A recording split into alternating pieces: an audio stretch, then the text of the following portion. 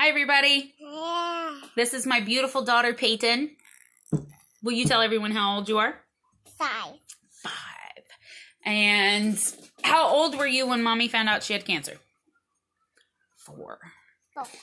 It was actually, she was 3 turning 4. But today's video is going to be about strength. It's going to be about strength over fear when you get diagnosed.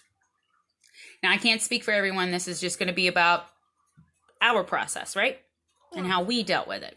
Yeah. Being diagnosed is scary.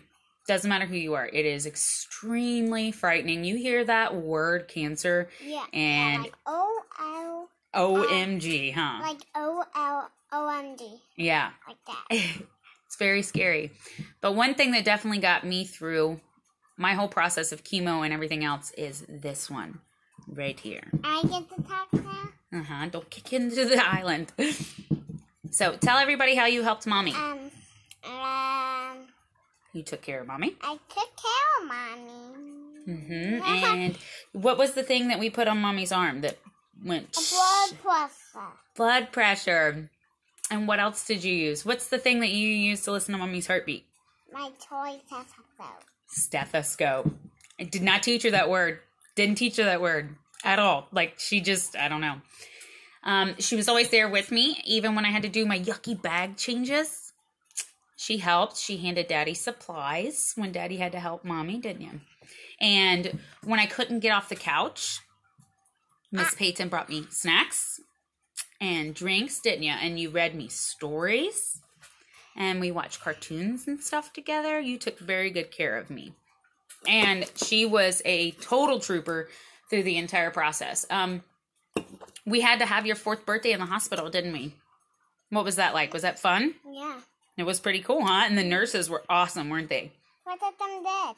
Remember they played with you and brought you popsicles? Do you remember that blue popsicle they always brought you that was sour? Oh, I did like it. And that was too sour. It was like, right? Yeah, I liked it all other ones. You like the other ones? Yeah. When Michael told me the word cancer, I panicked a little. But the way that I looked at it was, I'm not going to freak out until it's time to freak out. Granted, there were some times where I was on that brink. But I knew that I had to stay strong for my husband and for Miss Peyton, right? And I knew with faith and with love from my family, I could get through it, right? Right. And, oh my goodness. How are you supposed to film with somebody so crazy?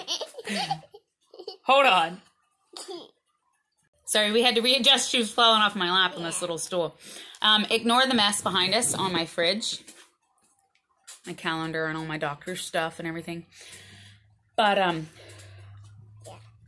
I knew that if I wanted to get through this, I could. And even if we were going to have bad diagnosis and bad news, the worst thing that I could do was be negative about all of it. Because when you have something traumatic happen, you need the little bit of time to grieve. I'm not saying don't take your time to freak out. You need to take that time to freak out. Otherwise, it's going to eat you up. But the more negative... Your lipstick is still on. It looks fantastic, doesn't she? I can't see all of it. And the Mommy's not really wearing any. I'm wearing chapstick. But if you're extremely negative about a situation and you just sit there the whole time like, oh, woe is me and why and everything else, all you're going to have is negativity. And it's the whole situation will just be worse. You know, you got to enjoy the time that you have. When we thought I was completely terminal. Is that your cat yelling? Yeah. Guys, you hear my cat? The cat's crazy. And by the way, the dogs might bark and go crazy. They're arguing today. The little one wants to play with the big one. The big one doesn't want to play. Anyhow. When we thought I was terminal, when things were very bad and we got the stage 4 diagnosis and we knew how severe everything was going to be. And there were a few times where we thought, this is it. You know, with some of the news that we got. I planned out my funeral, made my will, made my goodbye videos, which no one has watched and will not watch until the time comes. You know, the only thing that we thought, even as a family and with my friends, was no matter what happens, we are going to make the most out of all of the time that we have together. And there ain't no sense in crying and being negative because it will do nothing. Not only that, but they knew that it was just going to stress me out more. And I knew that it was going to stress them out more. And in my mind, I thought, if she's watching me through this whole thing, I mean, kids absorb everything. I knew that if she watches me through this and she sees me stay positive, sees me fight, and I really don't like the idea of saying fight when it comes to cancer and battle, because when people do lose their battle with cancer, it doesn't mean they didn't fight hard enough. You know, it's your journey. It's really that. If that makes sense, I just don't like viewing it that way because I don't want people to think they didn't fight hard enough when they lose their whole fight with it. How did cancer come? That's a whole nother story. But I thought if she's seen me stay positive and get through this, that maybe if anything, God forbid, were to ever happen to her, or if she was ever in that type of situation, like when she got older or anything like that, that she could look back and remember and pull strength from my situation. And remember, man, when mommy went through this, you know, she was one tough cookie. And because she got through that, I can get through this. And that's how I would like anybody to kind of view their situations. You can make your way through something positive, or you can make your way through something negative and scary as long as you want to. As long as you want to and you stay positive through it. I'm not saying that you can't battle or you can't be in a cancer situation and you're going to win because you stayed positive. That is not what I'm trying to say. What I'm trying to say is that positiveness will help. Mama, I can't see my lipstick. You can't see your lipstick anymore? Well, we'll get some more in a minute. But having a positive state of mind definitely helps through all of it. You know, I could have, every time I went into chemo, knowing that it was going to be Suck City, I could have been in a bad mood. I could have been crappy. I could have sat there and melted into the couch every day and never did anything. And nobody would have paid me any mind and thought any different. They would have been like, you get to because of what you're going through. But I didn't want to do that. I didn't want her to see me miserable every day. Granted, there were some times where she did see mommy very, very sick. But I still made an attempt to get up and play with her. And when you were going through chemo, it is scary. I was super scared when I found out I was going to have to do all this, especially the longest. I got the biggest oomph of chemo possible, and I did as many rounds as I was allowed at the time without having to take that long break. And it was hard. I remember I sat down with a friend of mine that got diagnosed with breast cancer. Remember Melissa? Yeah. And I sat down with her and I cried. I was with my husband. We had a little get up and ate dinner together and met up. And, you know, I asked her, I said, Melissa, is this going to hurt? You know, what is this going to be like? I don't know what to expect. And she told me, she said, baby, everything is different for everyone. Just because I was this sick or I lost my hair or this happened with me does not mean it will happen with you. And I've had a lot of people ask me, oh, you kept your hair. It must not have been that bad. Look, bro, chemo is different for everyone. I did lose a lot. I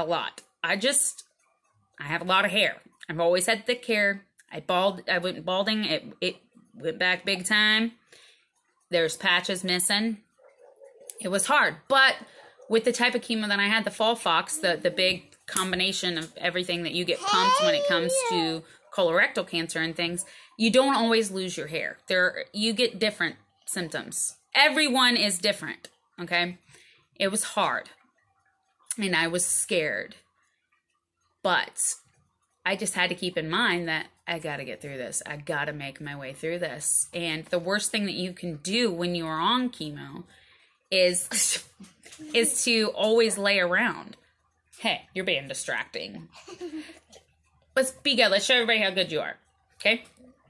The worst thing you can do is only lay around and not take care of yourself. And when you're on chemo, the one thing that you want to do is literally just melt into the couch. You have no strength. You have no energy. You can't move. You hurt your body. You're just... I don't know how to explain it. I would be okay at the start of chemo when they would start pumping me with my stuff, and you could just kind of feel this wave come over you. Michael said that he could just kind of see my body start to just shut down. And it just, I can't even, it sucks city. The flu times hangover times the worst sickness you've ever felt. So what we worked out, we sat down as a family and discussed how are we going to deal with this. And Michael said, look, the best thing for you to do is going to be for you to get up and move around even though you don't want to. So the day of chemo, okay, is your lazy day. But after that, we're going to function, even though you don't want to. And the way that my chemo went, I went for, let's see. Hey, I went in at about, hold on just a second. I had to get a quick drink. So when I would go in, normally I was the first person there, which was always cool because I got to pick my chair. And I did have a specific chair that I liked. And anytime you go to chemo, you have a spot you like, and that is yours always. I don't know why. All of us do it. All of my chemo buddies, we had a specific chair we loved. And it kind of set your tone for the day. But anyhow, I'd go in around 8 a.m. or so, and then I would get chemo for 6 hours. Now, the whole 6 hours wasn't always just chemo pumping through me. You get, like, your pre-meds in the beginning, and a lot of times that has your anti-nausea stuff in it. Thank God for that. It has your steroids if you choose to use them, and things like that. I love you. Which is why some people, when they go through chemo, they puff out. I puffed out. Big time. Me too. I did too. Oh, yeah, you did too? I hated the steroids. Hated it. I hated the way they made me feel. I didn't like that, like, feeling you got all the time. Because you would feel jittery, but you didn't have energy. So I would go in, get my pre-meds, and then do my chemo. And then I didn't just get to unhook and go home. I had to take Lucille home, which was what we named my chemo pump. I would disconnect from their machines, and then I would go home with a IV chemo pump so that I could do 46 hours of it at home as well. And it was a slow release chemo. And that thing was not cool. You remember my Ninja Pack? You remember Lucille? The pump I had to sleep with?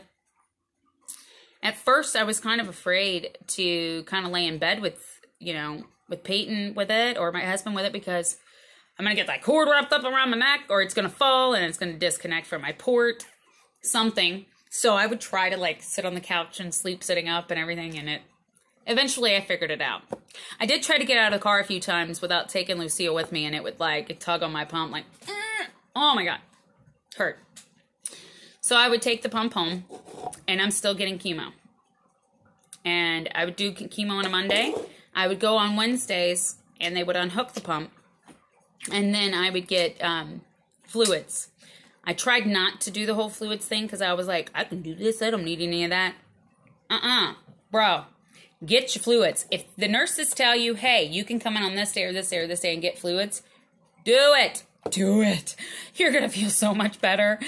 I tried to do it without it. It wasn't happening. So it was hard, but we tried to make the best out of every situation. And I would be pretty lazy on Monday. I got to take my nap and stuff when I got home. But after that, I would get up. And I know you don't want to eat when you go through it. You really, really don't. But you got to try. The cold sensitivity is something else, too. So the way that I did it on... I got through each week. And I made my goal... I see. I made my goal for each week. So, when you are on chemo, a lot of people get cold sensitivity. Oh, it's something else. It sucks. It's so bad. And you get neuropathy where you I get cold with chills on the body. Yeah. And you'll get neuropathy where parts of your body will go numb and you get tingling and you can't feel. And touching like her can of pop with it being cold would actually hurt. So I'd have gloves by the fridge so that if I had to get in the freezer or the fridge, I could get in there and grab it and it not hurt. But I knew Okay, Monday was going to suck, and anything cold was going to hurt, right? All the way up until about Saturday, Sunday that week. And then I knew, hey, mentally, by Friday, Saturday, Sunday, I'll start to feel a little bit better, Well, in my mind on Mondays, I was like, look, I get through Monday, it's going to suck. Tuesday, Wednesday, it's going to suck. But Wednesday, I'll get fluids. So I know I'll feel a little better Wednesday night. Thursday, I'm going to feel a little better because I had the fluids Wednesday. And by Friday, Saturday, Sunday, one of those days, I'm going to end up to where I can touch something cold and it won't hurt as bad. And then I knew after that comes the next Monday. And that's a Monday off of chemo where I don't have to go. So that was a good day. And then I get through that day and I knew by Sunday of that next week, which was always the day before chemo again, but instead of being negative and like, oh, I don't want to go on Monday, I knew that I might possibly be able to eat a little bit of ice cream and it wasn't going to hurt. So that was my way of like getting through that. And I knew that that weekend before chemo, we was going to get to play because I was going to feel normal. I was going to feel good. I want to play. And then that next Monday when I knew I had chemo, instead of being like, oh, I don't want to go, I was like, oh, there's another one I get to cross off that list. I've got this many more to go and this many more. And we kind of made that like a challenge every week where we counted it down as a family, And on my Fight Like Shell thing I have on Facebook, I knew. Mommy, I have an ice cream. Oh, yeah, in just a minute.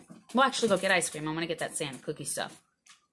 But everybody that I had on there that followed my journey kind of encouraged me. And we would do our little video and be like, we're leaving chemo number 6 or number 7 or whatever. And everybody on there would be like, yeah, we got another one down. And it was awesome. And I had, hold on. Hey. And I had people that, I had to quarantine even before the coronavirus came out, and it did come out midway through my chemo, but couldn't really be around people. I had so many wonderful people who would do like porch gifts and things like that would just kind of help me and encourage me through it. And one thing is a lot of people would be like, oh, I'm sorry I haven't reached out to you. I didn't know what to say. And look, you don't have to say anything different. You don't have to treat the person differently that's going through chemo. Look, we're still the same person. We're just sick. And I did have a few people that did not treat me any differently. That was like, look, I don't care. You the same. My husband didn't let me win in cards. He was like, I don't care if you got butt cancer. You ain't winning. So we would do video calls and we would talk and they would be like, hey, But the best part is that the few friends and family that didn't treat me different, they would call me and they would be like, oh no. They would call me and they'd be like, okay, so how you feeling? And the first few minutes of the conversation would be about what I was going through. And then it would be like, next subject. And we didn't dwell on it.